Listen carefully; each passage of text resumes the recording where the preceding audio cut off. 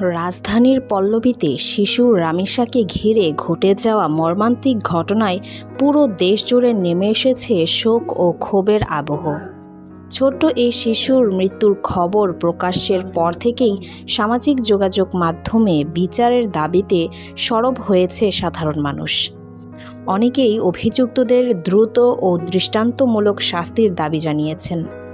ঘটনার পর আইনশৃঙ্খলা বাহিনী তদন্ত শুরু করেছে এবং ইতোমধ্যে অভিযুক্তদের গ্রেফতার করা হয়েছে বলে জানা গেছে। তবে এই নির্মম ঘটনার পর সাধারণ মানুষের মধ্যে এখনও তীব্র ক্ষোভ বিরাজ করছে। বিভিন্ন মহল বলছে শিশুদের নিরাপত্তা নিশ্চিত করতে কঠোর ব্যবস্থা নেওয়া জরুরি।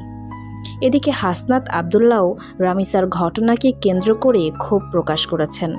তিনি বলেন, এমন নৃশংস ঘটনার বিচার শুধু আদালতেই সীমাবদ্ধ থাকলে হবে না।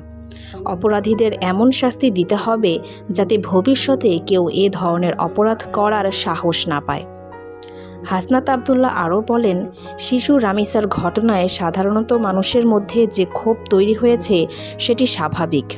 তিনি মনে করেন অভিযুক্তদের জনসম্মুখে শাস্তি দেওয়া উচিত, যাতে সমাজে একটি কঠোর বার্তা যায় এবং মানুষ ন্যায় বিচার দেখতে পায়। তো ভিউয়ার্স, এই বিষয়ে আপনার কি মতামত কমেন্টে জানাতে পারেন। সবাই ভালো থাকবেন। ধন্যবাদ।